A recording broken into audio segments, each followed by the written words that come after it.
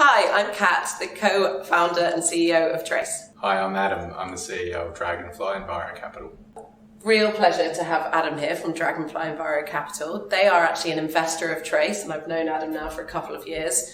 And we were thrilled to invite them as a customer of Trace in October 2022, which means that their organisation is now officially carbon neutral with Trace. Congratulations. And as you can see on the left, environment is a really big value to Dragonfly Enviro. It's something that's in the heart of everything they do, and that's what we're here to discuss today. So welcome. Thanks, Kat. Got a few questions for you. Let's see where this takes us. I wanted to start off by saying, what is impact investing? Help our audience understand what that means. And why is environmental impact an important investment criteria and business strategy for you as a leader? Yeah, well, I think impact investing has a variety of meanings subject to what people are interested in, or perhaps what they're selling to a market as well. To us, impact is mobilising capital for profit into businesses that are making a difference in the world that is of high scale, that's globally scalable. So on the flip side of that, if something isn't impact, if it's, say, a solar farm that runs a coal mine. So there has to be no negative, but the DNA of the business must be focused on positive impact. And that's how we see the DNA of Trace for that example. Love that. And why is that important to you? Well, to me personally, it's important because I'd like to live in a world that is in good shape and leave it a bit better than, well, not better. I thought it was great when I arrived in this world. So I'd like to not have it in worse shape than when my day comes to leave it.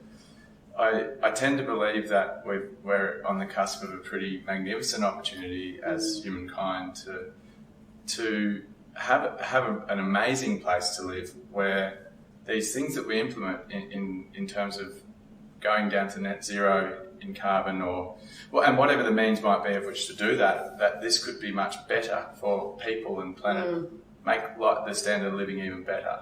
So I think that for me, it's something of the inner problem solver in me that wants to solve these problems, but I would like to really see an amazing equal humanity for everyone, and a really healthy planet, I believe, is a part of is a leader to doing that.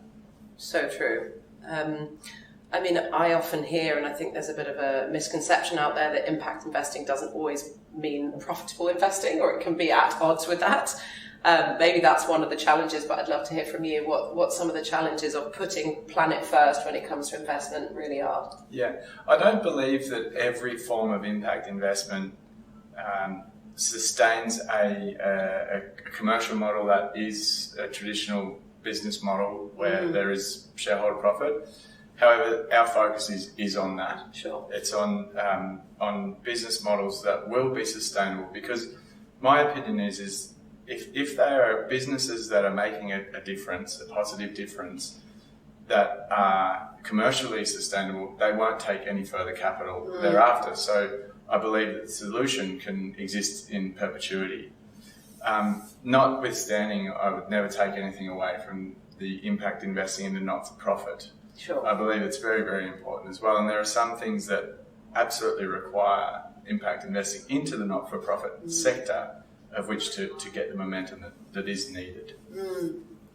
And so, like, just thinking about the challenges you faced in building out your portfolio and finding companies to invest in, what are some of those? Oh, there are many challenges. I tend to believe the biggest challenge that we face in profit for purpose investing or impact investing at the moment is the speed of capital. Right. And perhaps that even is more so exacerbated in the Australian market.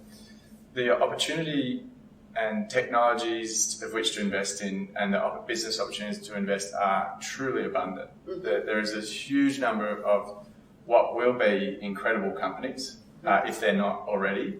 There's plenty of impact companies that are already profitable. They're not all super duper early phase startup, and we tend to invest in growth companies, so they're either already at break even to profitability, or there's a very clear pathway. So that's our realm. And I think that perhaps there is still somewhat a stigma attached to this type of investing, that it needs to be concessional. Yeah. And I disagree with that because we're living proof that it doesn't need to be in the way that our investment strategy is tracking. And it's easily at market, actually probably a bit higher. Amazing. The reason for that is the businesses like the Trace of the world are the businesses of the future. These are the businesses that will service humanity, and when you're creating a valuable solution for people, then of course there is going to be commercial return. Nice. I've heard the phrase before, climate tech is the new cloud tech, which I will take. I tend to agree with you. Yeah, I really do. And like we regularly at the moment, if I'm talking with people who might not, maybe they're not interested in a certain altruistic value of it, the response is, well, if you don't jump on this investment thesis now, you're probably going to miss the train. Yes. And it looks to be, when you look at the amount of capital that's to be mobilised up to 2030 and beyond, it may well be one of the biggest investment opportunities since the Industrial Revolution, because, and I probably shouldn't use those words because I think people turn their nose up, but we're only at the beginning. Yeah, absolutely. And we see the fact that we're only at the beginning in every day when we're talking to companies who know they need to do something, but they're still learning and they're trying to educate themselves. And I presume that's probably why some people are tuning in today, is to try and educate themselves about what they can personally and from a business perspective do to get on board this train. As a business, if you're not moving towards net zero, then you'll be left out of the marketplace. Yeah, and a lot of targets are surrounded around, this is my personal view, but a lot of targets are surrounded around 2030. Yes. I assume there's going to be a very, very mad rush come 2027 because those targets are excellent and they need time to get to, and perhaps things are moving a little slower. However, I do believe that when humanity seems to be really good at when the pressure's really on, and business is really good when the pressure's really on, at innovating and moving really fast. But otherwise, especially large institutional businesses are very cumbersome and they don't move quickly until their commercial model is under threat. Yes, that's really interesting, which is why I think net zero in 2050 doesn't really inspire action today, but obviously we need that action today. We probably need to stop even talking about 2050 and keep focusing on 2030. Yeah. Because most people go, 2050, I don't even, who am I in 2050? Yeah.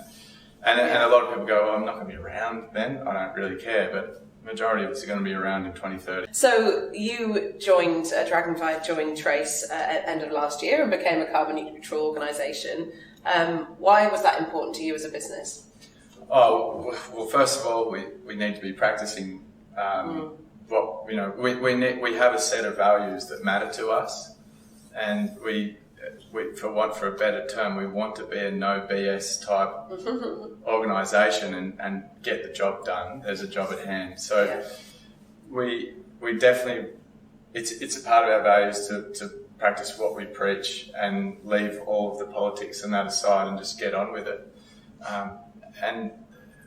For us, using Trace as a service provider for this, and one of the reasons, of course, why we invested in Trace is this is such a low-risk integration for a business to take on. It's so easy, and it's far less expensive to a business than I believe a lot of businesses have been led to believe it should be when they may have gone to large consulting businesses. So it was an absolute no-brainer, and it's very easy. And in fact, our team, they kind of wear it with a badge of honour, which is pretty cool. It's a very nice thing when you get to see, hey, we're a part of the Trace platform and we're carbon neutral, and didn't take us too much work to do. So, I think that's a big thing. A lot of organisations seem to be afraid to take this step because they're worried about cost. Yeah. Or they're worried about the risk of integration, like any other tech platform you integrate. It's always like, we're going to have so much downtime. But I think Trace took our team about an hour, so that easy. Probably took the Trace team a lot longer, but we're working on that. No. I assume there's lots and lots of work that goes on in the back end. So true. So putting your kind of investor hat back on, what advice would you give to investors who are looking to be more sustainable? Use the Trace platform. I didn't pay him to say that. To investors who want to be more sustainable, well, certainly be considerate of where we're placing capital. Be responsible with where we're placing capital. My view is that markets are naturally flowing, that the high value businesses are responsible companies anyhow, conscious companies anyhow. So perhaps that will, investors will just be lured to that all the same. I tend to believe a lot of investors are now considerate of where their money is being invested and the impact that it has. So we kind of have it on two fronts. We have it in our company, the investment co, but then we have portfolio. So inside the business, it's very easy because it's a white collar office atmosphere. So I think there are lots of little things you can do, like offset your carbon. And then the next I would always suggest is that adding into investment screens to just consider where your money's going and perhaps even on the other side of that, look for the upside potential if the business is more sustainable or what their strategy is to move towards that themselves, because it will help them be a probably more profitable company anyhow and a better investment. Are there any particular indicators you would look for when looking at a company, whether it's to join them as an employee, whether it's to invest in them, or whether it's just to follow them because you believe in their brand? It's easy for a company to, on their website, go, we are sustainable, right? Yes. Are there any indicators that you look for, because you'd be doing a lot of due diligence in this space, that you think, wow, this is meaningful? Yeah, I can't answer to how that would be from an employee perspective, because I say I haven't had a real job for nearly 15 years, or I haven't worked for someone else for nearly 15 years. But in terms of what we might look for, it's in our screening from an investment standpoint. We have a series of screens that we'll run an investment opportunity through, and we see a lot of opportunity to invest. We might see 5, sometimes 10 deals per week, and in doing so, we have to very, very quickly screen through who we're interested in as part of our strategy and who's not. Within the first 5 minutes, I don't know, maybe 70% drop off because we put them through the sustainability and impact screen. Okay, so the bar is high. Obviously our thesis doesn't provide for anything otherwise, but it is a very quick screen for us where they just have to get through some checkpoints as to is sustainability and impact in the DNA of what they're doing, they're offering, and the way they operate. Tick. Okay, next stage. Are they going to cause negative impacts? If it's a tick, then they're off the list. But if it's a tick that they will be negative, then they would be out. But if it's a great net positive, then we would continue them down the investment path. Awesome. Yeah, it's good to hear, because I think we work with lots of companies that maybe it wasn't in their original DNA to be a purpose-led business or a sustainable business, but they've recognised that's sort of what table stakes now for operating and having a sustainable future. But they say, well, what can I meaningfully actually do about that? And we sometimes say, right, well, choose the clients that you work with that are only purpose-driven, or put your money where your mouth is by investing or putting your marketing dollars or whatever into partnerships with other sustainable businesses. Any other tips for what they can tangibly do? I start with the easy wins. Like I say, offsetting might not be the answer at 2050, but it's an exceptional gateway to where we need to be. Yeah. And it's got a long-term play in it yet. But to me, that's an easy win, particularly if you're an SME and particularly if you're wanting to engage with an organisation like Trace. I can't think of other things at the moment, but I think slow and steady is a great way to do it. I don't think someone coming in like an activist and going, we're going to change everything, no one's allowed to have paper cups in here anymore, That's not going to help anybody.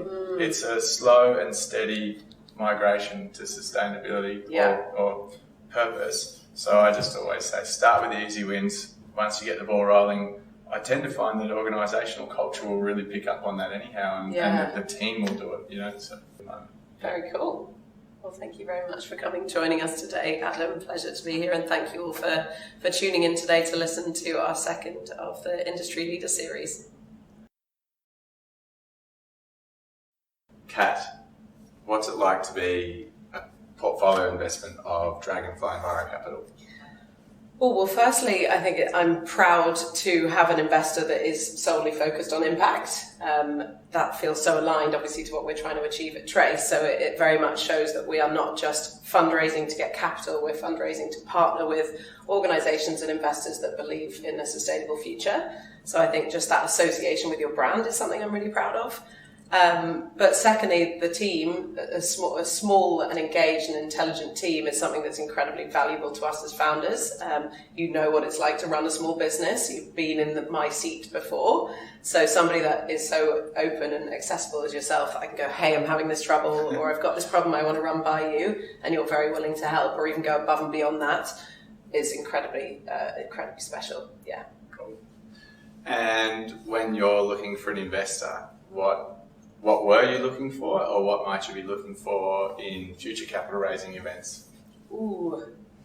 I think in the past, so we've raised 3 million Australian dollars to date, and done that in kind of smaller tranches. So we were really looking for investors that were incredibly aligned to our vision. It wasn't about kind of size of investor and scale at that point. It was really about helping us navigate those first few years.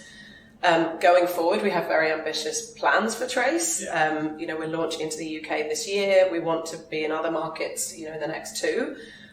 So then I think not only will we want to hopefully be able to deepen our relationship with our existing investors, we want to be able to open up capital and relationships with international investors that can really help us navigate that. It's pretty difficult trying to learn a new market and understand the intricacies of that. So I think having a good mix of Australian and international investors will be important to us. Cool. I have one more question for you. Okay. What's your absolute dream for Trace and its impact on the world? Yeah, I think the analogy I use, which potentially isn't very inspiring from a planetary point of view, but I would love Trace to be as inherent in every small to medium enterprise as Xero is for accounting. Now, I know that sounds boring, no offense to Xero, but what Xero has done to completely shake up the accounting industry and make it possible for every SME to manage their own finances and the compliance around that is incredible. We think carbon accounting is the next type of accounting. Every company needs to understand their emissions and be actively managing them. So we want Trace to be the solution that every company turns to be able to do that, and puts that power into the hands of the finance team or the sustainability person or the head of HR, whoever manages this process. If we can achieve that, that's hundreds of thousands of SMEs that each have a footprint of, let's say, on average 100 tons. It's not hard to do the maths to realise what a huge amount of decarbonisation that is. So I think with scale comes impact, and that's what really excites me.